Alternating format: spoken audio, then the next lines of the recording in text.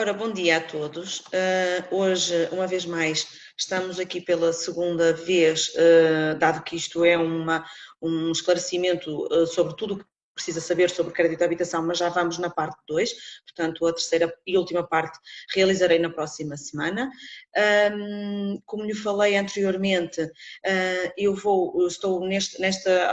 ao longo destas 3 sessões, estou a esclarecer sobre tudo aquilo que precisa efetivamente saber sobre um crédito de habitação e no fundo estarei aberta depois a questões que queiram colocar, pronto, depois indicarei os locais onde o podem fazer. Peço também, ou melhor, informo também de que estes esclarecimentos vão para o nosso canal do YouTube, 360 Quintan, ao qual eu chamo também já a vossa especial atenção, para que vão lá, deem o vosso like ou o vosso gosto no sininho, para que possam subscrever o canal e estejam assim, e deste modo, a par de todas as novidades que vos vamos apresentando, seja ao nível da minha parte, daquilo que me compete crédito, seja ao nível de seguros ou imobiliária. Assim sendo, e voltando então agora aqui para aquilo que nos trouxe cá, vamos para a parte número 2 de tudo aquilo que precisa saber sobre um crédito de habitação. Isto está tudo reunido aqui nestas informações que vos vou prestar. Hoje vamos esclarecer 5 novas dessas questões, foram esclarecidas na semana passada 5 das questões, 5 das quais eu passo a citar. Falei um bocadinho de como funciona o crédito de habitação em si, falei um bocadinho de quais as fases de um processo de crédito de habitação também, quais os documentos necessários. Os bancos, esclareci um pouco sobre a questão se os bancos fazem ou não crédito de habitação a 100%, bem como fiz alusão aos seguros, se devem ser feitos ou não também no banco. Portanto, isto é um processo que normalmente é um processo que poderá dar algumas dores de cabeça, portanto, mas quando reunida toda a documentação ou em última instância, não, mas se calhar até poderá ser a primeira, se escolhermos empresas que nos ajudam, no nosso caso, a intermediação de crédito e da qual eu faço parte da Decisões e Soluções, portanto, se escolherem uma destas empresas, certamente terão esta tarefa bem mais facilitada, seja na reunião de toda a documentação, seja na apresentação da própria documentação às várias entidades bancárias, bem como na defesa do próprio processo em si.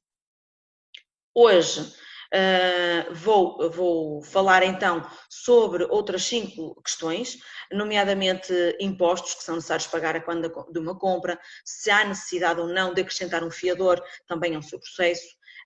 No fundo, falar um bocadinho também do que é uma taxa de esforço, o que é um crédito habitação com garantia hipotecária. Vou falar um bocadinho sobre isso, ok? E depois terminarei com uma última questão que às vezes também é pertinente a todas as pessoas. Assim sendo, hoje vamos então começar pela parte dos impostos. Então, quando fazemos uma aquisição, que impostos são necessários pagar na compra de um imóvel, quando compramos um imóvel, seja para habitação própria, seja para habitação secundária?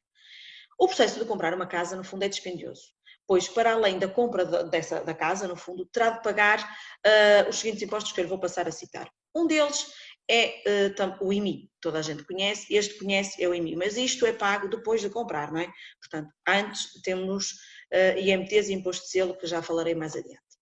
No que diz respeito ao IMI, o IMI é um imposto de selo, um imposto de selo. O IMI é um imposto denominado de Imposto Municipal Tributário, ok?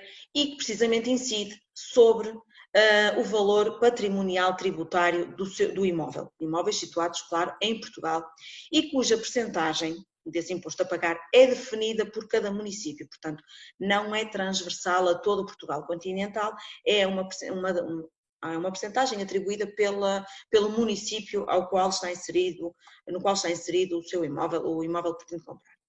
Este imposto deve ser pago todos os anos e o pagamento é imputado ao proprietário do imóvel a 31 de dezembro, ou seja, é imputado àquele proprietário que esteja registado, que tenha registado o imóvel em seu poder a 31 de dezembro do ano a que respeita, no fundo, o imposto. Ou seja, se comprar a casa antes dessa data, mesmo que seja no início do mês de dezembro, terá que no ano seguinte liquidar IMI referente à sua compra. Ok? Portanto, se eu hoje comprar uma casa, eu sei que o imposto até 31 de dezembro, se a pessoa que me está a vender até 31 de dezembro de 2019 era essa pessoa que estava registada, portanto é ela que tem que liquidar o imposto que vai aparecer, que já começou a aparecer. Para o próximo ano, ok? No próximo ano, se eu já vou estar registada, se eu vou ter a casa registada em meu nome, portanto, eu vou ter que liquidar imposto no próximo ano, ano 2021, ok? A fórmula para calcular o IMI é muito simples. É, no fundo, multiplicar o valor patrimonial tributário, que pode consultar na caderneta predial, com a taxa aplicável no município. Aí tem que consultar o município, porque, como lhe disse, varia de município para município. Nos prédios urbanos, casas para habitação ou terrenos para construção, o IMI pode oscilar entre os 0,3% e os 0,45%, dependendo de município para município, ok? No entanto, existem sempre algumas exceções e, em alguns casos, pode existir isenção temporária ao pagamento desse IMI ou permanente. E eu vou passar a citar quais os casos. Portanto, quem adquirir, um dos casos é quem adquirir um imóvel para habitação própria e permanente de valor patrimonial tributário, de valor patrimonial tributário não superior a 125 mil euros, portanto, se eu comprar um imóvel cujo valor patrimonial tributário que está na caderneta predial estiver lá abaixo dos 125 mil euros, ok? E se eu tiver um rendimento em conjunto, ou seja, o conjunto do agregado familiar ao nível do rendimento for do ano inferior a 153.300, eu tenho direito a uma isenção automática do IMI, ok? Que é apenas concedida por 3 anos. Esta é uma isenção temporária, no fundo, porque são apenas por 3 anos. E ao mesmo tempo, eles dizem, aqui eu digo, ou melhor, eu digo porque é aquilo que nos informam, que é automático, mas esqueçam, ok? O ideal é mesmo a quando de uma compra, a quando da transação, pegarmos após cerca de 15 dias, após mudarmos a nossa morada fiscal para o imóvel que acabamos de comprar, no caso de comprarmos para habitação própria e permanente, dirigirmos ao balcão das finanças e preenchermos o requerimento para a isenção do IMI, ok? Se isto, qualquer pessoa, praticamente, sei lá, eu arrisco se calhar 80% ou mais dos portugueses têm direito a isto, ganham menos, juntamente com o seu cônjuge, o agregado, tem um rendimento inferior a 153 mil euros ao ano, e o imóvel, se for um imóvel cujo valor patrimonial tributário seja inferior aos tais 125 mil euros, eu posso fazer esta requisição e pedir a isenção do IMI por 3 anos.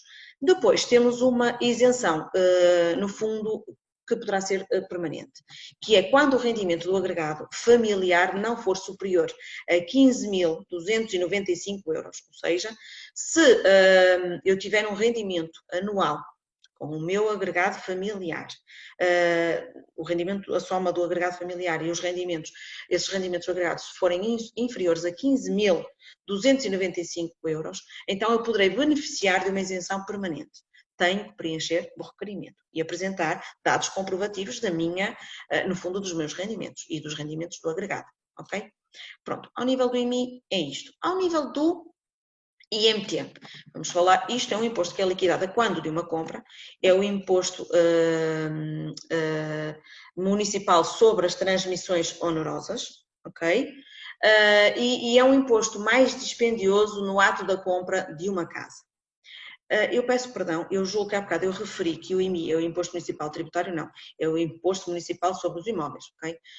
Tributário é este, o tributário é quando da compra. Portanto, e o IMT, então, é o imposto mais caro, digamos assim, mais dispendioso no ato da compra de uma casa. É pago ao Estado sobre as transmissões onerosas do direito de propriedade, portanto, sempre que faz uma aquisição. Ou seja, é um imposto que se paga sempre que existe a transmissão financeira da compra e venda de um imóvel em território português. Para calcular, no fundo, o IMT, poderá recorrer a esta fórmula, que é o valor da escritura, ou valor patrimonial tributário, depende de qual o maior dos dois. Portanto, se eu comprar um imóvel, muitas vezes de banco, a escritura é inferior, muitas vezes acontece, já me aconteceu, a escritura é inferior, o valor da compra é inferior ao valor patrimonial tributário. Então o IMT vai ser tributado em função do maior dos dois, ou do valor da escritura ou do valor patrimonial tributário que estiver na caderneta. Se pegarmos esse valor, multiplicarmos pela taxa a aplicar, no fundo a taxa, que eu já lhes vou passar quais são as taxas, a seguir já lhes falo nas taxas, existe depois também uma parcela a abater, mas o ideal nisto, no fundo, é consultar um site que eu daqui a pouco já vos falo nele. As taxas do IMT são as seguintes. Ao adquirir, na aquisição de um prédio urbano ou de fração autónoma de prédio urbano, destinado exclusivamente à habitação própria e permanente, essa taxa poderá ir entre o 0% ou os 6%. Porquê? Porque se eu comprar um imóvel cuja aquisição é inferior a 92.400 euros, sensivelmente, já vão ver a seguir, eu estou isenta de pagar isto. Okay? Depois, a aquisição de prédio urbano ou de fração autónoma, de prédio urbano destinado exclusivamente à habitação, também, poderá ter uma taxa entre 1% a 6%. Ok? Na aquisição de prédios rústicos, a taxa a aplicar é de 5%, e na aquisição de outros prédios urbanos e outras aquisições onerosas, também de 5%. Este imposto deve ser pago antes, no fundo, antes de realizar a escritura do imóvel. E pode ter algumas situações de isenção, nomeadamente se o imóvel se destinar a uma habitação própria permanente, se cumulativamente preencher estes dados, e tiver uma compra, e for uma compra inferior a 92.400, estará isento de liquidar o IMT, ok? Portanto, se em prédios rústicos também, se forem adquiridos por jovens agricultores, também poderá ter uma situação verificada, uma situação de isenção. Prédios que se destinem à revenda, desde que o exercício da atividade seja de comprador de prédios para revenda, portanto também poderão ter. Isto são situações, às vezes, depois têm que ser explanadas, ou melhor, esclarecidas e apresentadas a quando do pedido no fundo, da liquidação deste imposto. Especificar qual o efeito da compra, ok? Pronto. Vou-vos falar também agora um bocadinho sobre o imposto de selo, que é o outro imposto, que também é liquidado antes da escritura. Este é o imposto mais antigo do sistema fiscal português e deverá então ser pago no momento em que o montante do financiamento também é disponibilizado ao cliente. Isto no que diz respeito ao crédito, ok? Mas, portanto, a quando de uma compra, se recorrer a crédito de habitação, eu passo já a citar que tem, efetivamente, IMT antes da compra, tem IMT, o Imposto Municipal Tributário a liquidar, tem imposto de selo sobre a compra, sobre a aquisição, e tem imposto de selo sobre a hipoteca. Portanto, são dois impostos de selo que liquidam, porque os valores são diferentes, ok? Pronto. Então, tal como eu digo, existem dois tipos de imposto de selo relacionados com a aquisição do imóvel. Se for até 5 anos, a incidência é de 0,5%, para mais do que 5 anos de financiamento, estamos no caso do financiamento, a taxa a aplicar é de 0,6%, ok? Isto no caso do imposto de selo sobre a hipoteca, ok? Depois, nota, o que é que eu lhes posso dizer, e quando da tributação de impostos, e para que possam simular essa tributação, o ideal, no fundo, e em alternativa a todas as fórmulas que possam ser apresentadas, ou que eu lhes possa falar mais fácil hoje, e isto está perfeitamente exposto num site da internet, poderão consultar o simulador de IMT. No fundo, é um simulador de liquidação de impostos da ABMIP, que é a Associação Profissional de Empresas de Mediação Imobiliária em Portugal. Portanto, aí podem aceder, no fundo, ao simulador, basta especificarem o tipo de imóvel que estão a comprar, vão ter algumas situações que têm que preencher, e ao calcular, vão-lhes aparecer os impostos que têm que calcular, que têm que liquidar a quando da escritura. Ok? Portanto, isto, no que diz respeito a impostos, é um bocadinho, acho que está um bocadinho esclarecido. Qualquer dúvida que tenham também estou a dispor. Para a questão número 7, no fundo, de todos estes três direitos, três esclarecimentos, eu vou-lhes falar um bocadinho sobre se é ou não obrigatório ter um fiador e em que situações. Então, o fiador não é obrigatório, não é? Não é obrigatório tê-lo. No entanto, a exigência do fiador vai variar um pouco de caso para caso e dependerá do risco que poderá representar para o banco, que eu, enquanto proponente, poderei representar para o banco. Portanto, o banco pode entender, quando eu apresento todos os meus documentos, ao analisar os meus documentos, o banco efetivamente poderá entender que eu preciso reforçar a operação e reforçando-a com um fiador e poderá-me o pedir. Portanto, quanto maior for o risco que apresentarmos enquanto proponentes, maior é a probabilidade de nos ser exigido, então, um fiador. A instituição bancária vai, no fundo, avaliar tudo, desde as condições profissionais até às financeiras, e se eu não tiver a capacidade financeira para suportar, no fundo, o encargo com o crédito à habitação, à partida irá ser solicitado, sim, um fiador. Essa capacidade financeira é calculada através, no fundo, da taxa de esforço, da nossa, da minha, da sua taxa de esforço. Por outro lado, se o banco considerar que eu reúno os requisitos necessários para solicitar um crédito por minha conta, então não vai ser necessário a existência de um fiador. Eu aqui, portanto, quando do meu entender enquanto fiadores, eu quando submeto um crédito para habitação para análise, à partida defendo sempre sem o fiador. Em última instância, eu recorro a um fiador ou peço ou solicitamos um fiador. Eu acho que até à data, se escriturei um com fiador, foi muito, porque efetivamente acaba por ser um compromisso durante toda a vigência do contrato de crédito habitação para uma outra pessoa que nada tem a ver, apenas quis nos ajudar. E se eu entrar em incumprimento, no fundo essa pessoa vai ser arrastada juntamente comigo. Portanto, é algo que eu devo pensar muito bem se devo ou não apresentar e em última instância, claro, e aí só se o banco assim o exigir e eu concordar, porque também sou dono da palavra e darei a última palavra. Se eu não quiser fiador, então eu tenho que reunir ou verificar quais as condições que eu possa reunir para ir a um crédito de habitação sem fiador. Está bem? Vou-vos falar um bocadinho agora da taxa de esforço, porque no fundo é um dos requisitos e aí sim estará um pouco inerente também à solicitação ou não de um fiador. Então, o que é a taxa de esforço e como pode ser calculada? A taxa de esforço, no fundo, é a relação entre as prestações financeiras que um agregado familiar tem face ao rendimento mensal disponível. Isto é, o peso que a prestação mensal do crédito de habitação tem no rendimento líquido do agregado familiar. Okay? Qual o peso que a minha prestação do crédito de habitação pode ter, o que é que representa em função dos meus rendimentos ao nível do agregado familiar.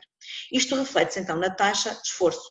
Este rácio permite, no fundo, perceber qual a fatia ou percentagem que a prestação do crédito de habitação terá nas suas contas, quando dou um crédito.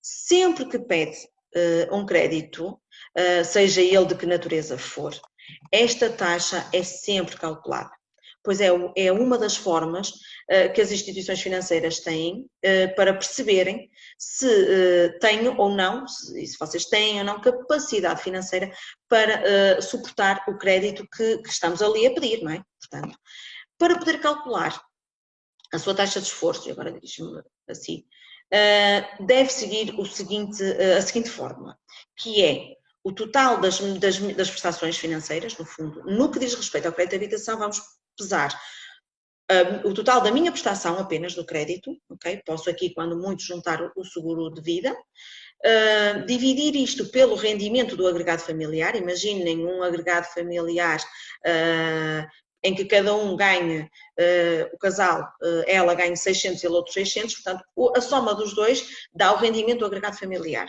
Portanto, se eu pegar na prestação, então, do crédito de habitação, juntamente com o seguro, que tenha somado o seguro de vida, pelo menos, porque é algo que vai ali junto, dividir pelo rendimento do agregado familiar e multiplicar por 100, eu vou ter a percentagem da minha taxa de esforço, ok? Enquanto agregado familiar. Então, no caso do crédito de habitação, a taxa de esforço É, por norma, uma das principais razões pela não aprovação do crédito de habitação. Isto porque recomenda-se que a taxa de esforço para o crédito de habitação, repito, não seja superior a 30% do rendimento do agregado familiar. Okay? Portanto, de um modo geral, podemos ter aqui taxas de esforço para o crédito de habitação apenas de 30%. Okay? Se eu tiver um crédito pessoal, por exemplo, eu posso ir até a soma dos dois pode ir sensivelmente até aos tais que eu já referi em esclarecimentos anteriores, aos tais 50%, ok? Portanto, mas no que diz respeito ao crédito de habitação, é disto que estamos aqui a falar, a taxa de referência, no fundo, são 30%. Okay? A prestação do crédito de habitação deve apenas então representar 30% do rendimento mensal do agregado familiar.